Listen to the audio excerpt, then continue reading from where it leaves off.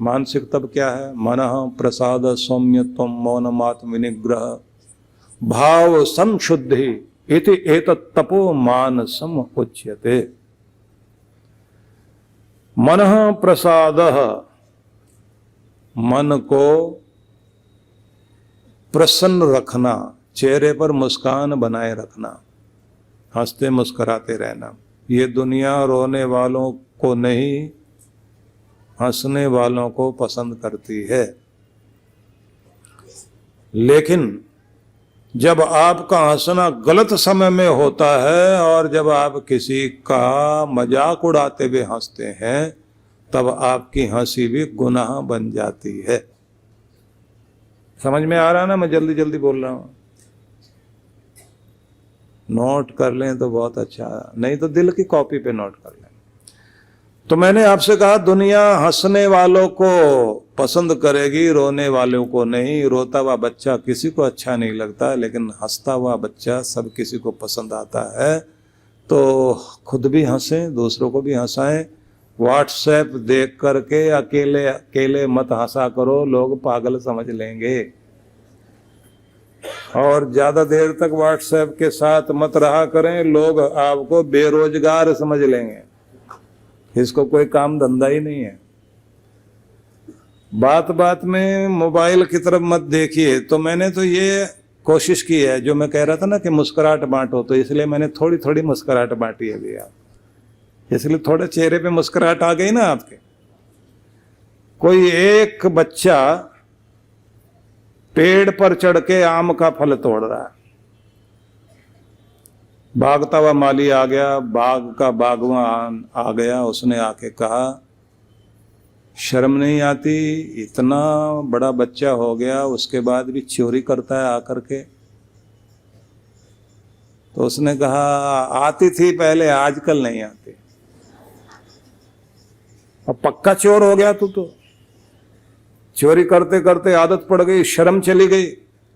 जब शर्म चली गई तो तू चोर पक्का बन जाएगा, डाकू बन जाएगा।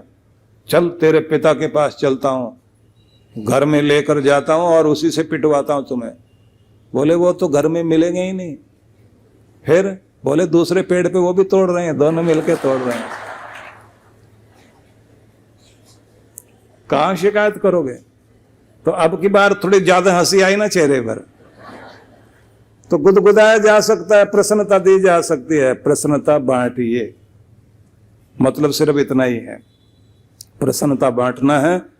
तो आपको कहा गया भगवान श्री कृष्ण ने, मनः प्रसाद सौम्यत्वम मौनम आत्म विनिग्रह, जिसका मन प्रसन्न रहता है और जिसके मन में संतोष है, संतुलन है।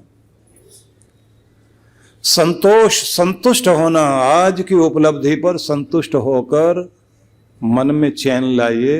हजारों लाखों से अच्छा हूं, बहुत कुछ मेरे भगवान ने दिया। जो जो भी भगवान ने उपलब्धियां दी हैं उन सबको याद करके परमात्मा को थैंक्स करना शुरू कर दीजिए। जितना जितना आप धन्यवाद करते चले जाएंगे उतना उतना आपको और दिया जाएगा, और धन्यवाद करने वाले को और धन्यवाद का काबिल बना दिया जाता है। शिकायत करने वाले को शिकायती ही बना देता है भगवान। इसलिए धन्यवादी बन जाओ, जिससे भगवान और दे और दे और दे, और आप धन्यवाद करते रहे और खिलखिलाते मुस्कुराते रहो।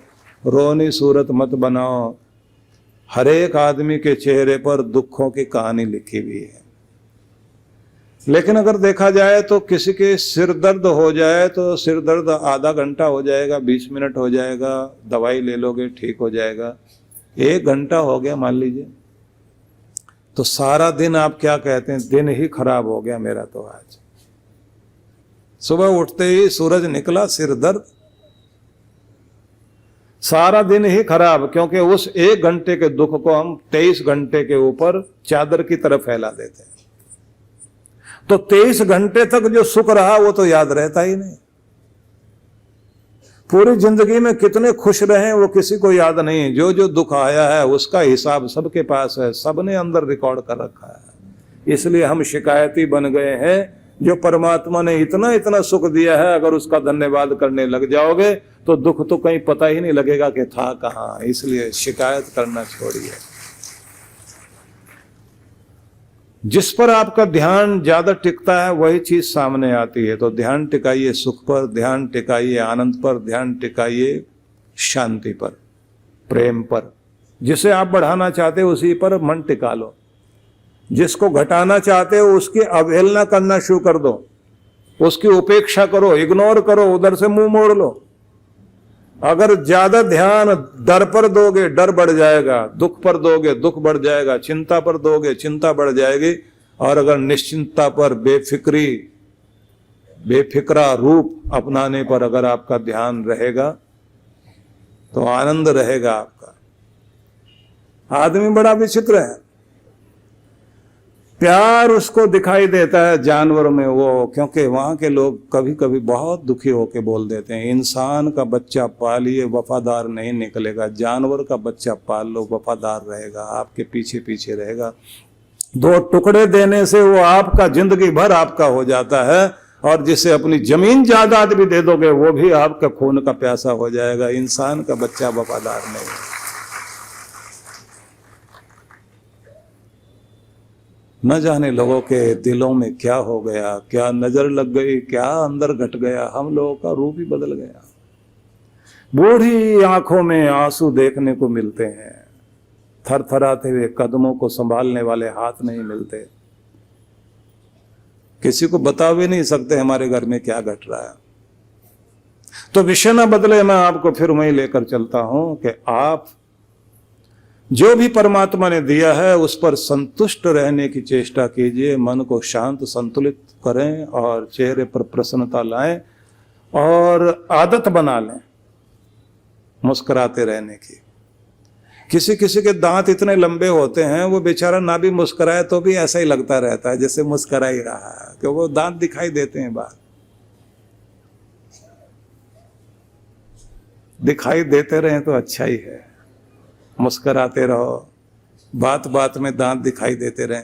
हाँ, किसी किसी का एक आध दांत इतना बाहर बढ़ा हुआ होता है वो फिर जरा गड़बड़ लगता है, उसमें फिर समस्या होती है, फिर उसे खुल के हंसना पड़ता है तब समझ में आता, बाकी भी हैं।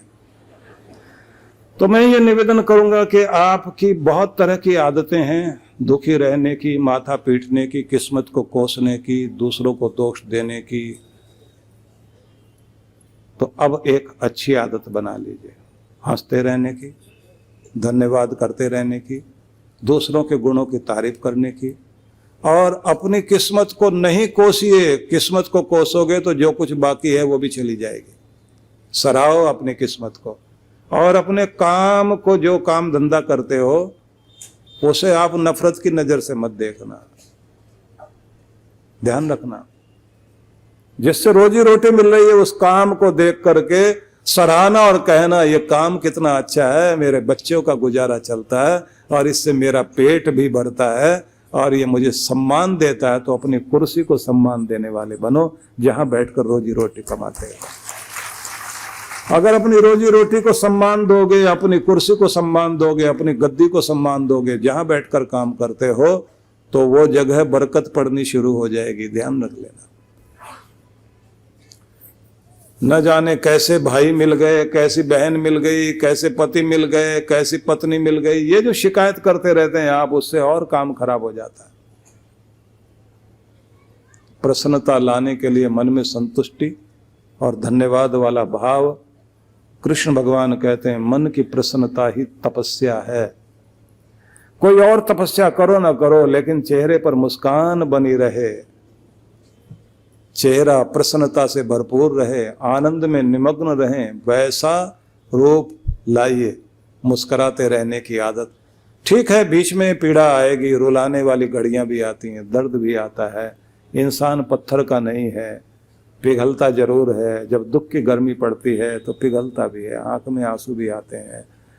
थोड़ी देर रोकर जी हल्का कर लेना, लेकिन उसके बाद मुंह धो करके थोड़ा पानी पी के और ठाका मार के हंसना, भूल जाना जो कुछ भी हो चुका है। छोटे छोटे बच्चे सारा दिन हंसते भी हैं, खेलते भी हैं, गाते भी हैं, गुनगुनाते भी हैं, और सबसे बड़ी बात उनकी यही होती है, हंसना जारी रहता है। एक छोटा बच्चा भी पूरे दिन में 300 बार हंसता, 300 बार। और बड़ा होने के बाद 300 दिनों के बाद भी हंसता नहीं है, और अगर हंसने की बात सुनाओ तो ऐसा चेहरे की तरफ घूरता है जिसे पता नहीं क्या हो गया है, और फिर ऊपर से कहता है ये कोई हंसने की बात है? नहीं, ये तो माथा पीटने की, रोने की बात है। माथा पीटो। बिना बात के अपने आप को दुखी रखना, और फिर कोई बात हो जाए तो और दुखी रखना। मैं एक सज्जन को देखता था, पहले बहुत खुश रहते थे, धीरे धीरे उनकी जिंदगी में परेशानियां आ गई, दुखी रहने लग गए। फिर कोई एक एक्सीडेंट हो गया उनके द्वारा, तो उनके ऊपर एक केस चल गया।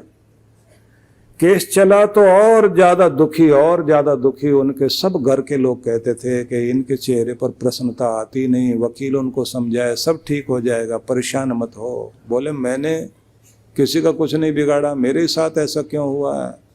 गलती तो उनकी थी, फंसा मुझे दिया गया। और बहुत दुखी। और जैसे ही 3 साल के बाद उसका केस सॉल्व हुआ और जज ने उसको कहा कि जाओ, बरी किया आपको, वो खड़ा चुपचाप हुआ। नहीं, सुनाई नहीं दे रहा तुम्हें? बरी कर दिया गया है, माफ कर दिया गया है, तुम्हारा कोई दोष नहीं है, तुम्हें माफ कर दिया गया, बरी कर दिया गया। हैं जी, हैं जी, बरी कर दिया मतलब छोड़ दिया? मुझे छोड़ दिया? हाँ भाई छोड़ दिया, जाओ लड्डू बांटो, जाकर के खुश हो। बहुत धीरे धीरे कदम उठा के बाहर आया, बाहर बैठा सिर पकड़ के, अच्छा बरी हो गया हो, दुख से छूट गया हो।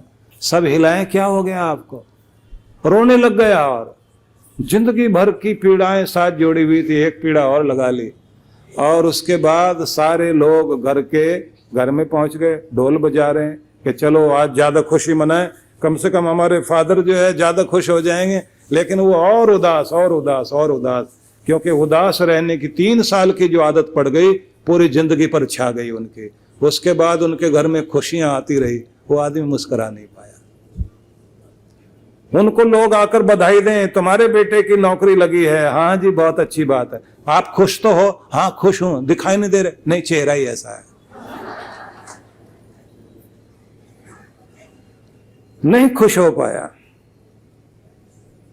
और जो डिप्रेशन में चले जाएं उनकी तो बात ही क्या है, क्योंकि लगातार दुख को अपनी जिंदगी में महसूस करते करते अब खुशी आ भी जाती है तो भी महसूस नहीं होती।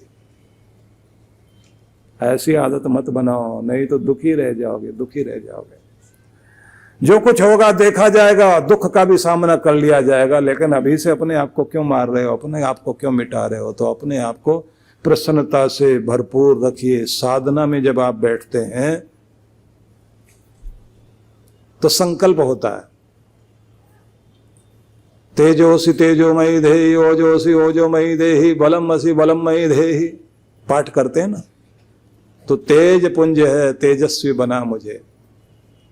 तो ओज वाला रूप है, सौंदर्य देता है, तेरा सौंदर्य पूरे संसार में बिखरा हुआ है, मुझे भी सौंदर्य से भरपूर कर दे। बलमसी बलमयी देहि, मुझे भी बल से भर दे।